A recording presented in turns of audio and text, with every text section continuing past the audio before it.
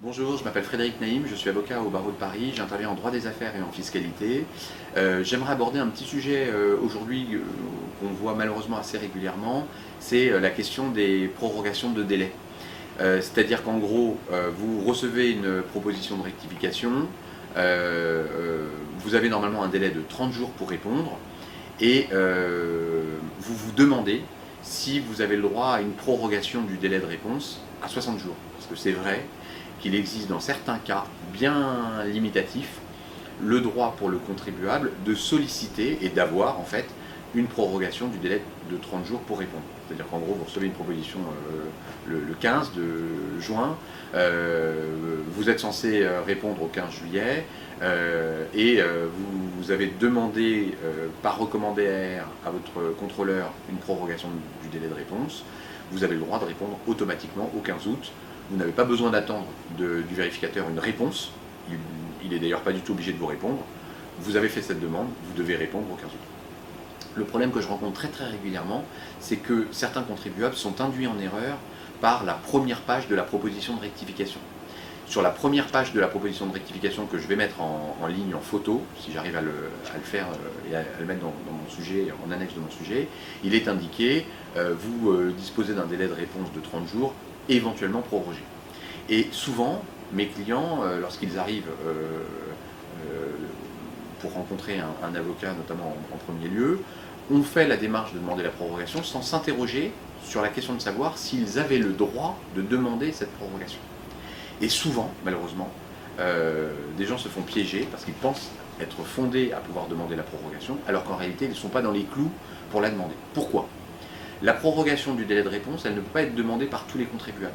Elle peut être demandée uniquement par les contribuables qui sont dans le cadre d'une procédure qui s'appelle une procédure contradictoire, visée à l'article L55 du livre des procédures fiscales. Cet article-là, vous devez normalement le trouver dans votre proposition de rectification. Pas à la page 1, mais à la page 3, 4, 5, vous lisez bien, et à un moment donné, vous avez un petit chapitre qui s'appelle procédure. Si vous voyez la mention de l'article L55 du LPF, livre des procédures fiscales, vous avez donc le droit de solliciter, pour ces redressements-là, une prorogation du délai de réponse. En revanche, si vous êtes en taxation d'office ou en évaluation d'office, deux situations différentes, ou en activité occulte, encore une autre situation qui est on va dire une composante de l'évaluation d'office, et bien là, vous devez impérativement répondre dans les 30 jours. Il n'y a pas de prorogation pour vous. Il faut impérativement répondre, et répondre en disant « je refuse les redressements », donner une motivation pour que votre refus soit pris en compte, et à cette condition-là, on pourra considérer que vous avez vraiment valablement répondu et refusé les redressements qui vous ont été notifiés. Pourquoi je parle de ça ? Pourquoi est-ce qu'on parle de la prorogation ? On doit la faire, on doit la demander, et on a le droit de la demander ou pas ?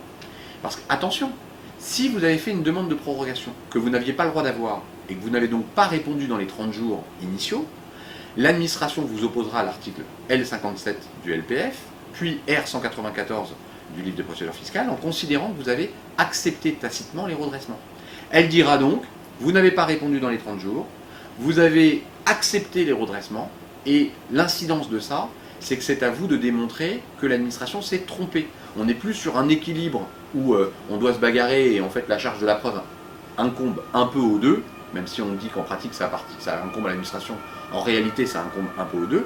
Là, c'est totalement inversé, c'est au contribuable de démontrer que parce qu'il n'a pas répondu dans les délais, il est présumé avoir accepté le redressement et que quand il va les contester, il faut une preuve presque incontestable de ce que vous avez raison dans ce dossier. Donc attention à bien manipuler avec précaution les notions de prorogation des délais de réponse. C'est piégeux, il y a énormément de personnes qui se font avoir, et ne pas hésiter à demander un conseil. C'est pas un conseil qui vaut cher, c'est-à-dire que vous allez demander un avis en 2-3 minutes, vous envoyez les 5 premières pages de votre proposition de rectification, on va être capable de vous dire oui, vous avez le droit de demander la prorogation, ou non, vous n'avez pas le droit de demander la prorogation. Dans le doute, refusez dans les 30 jours. J'espère que cette information vous sera utile, et je vous dis à bientôt. Merci.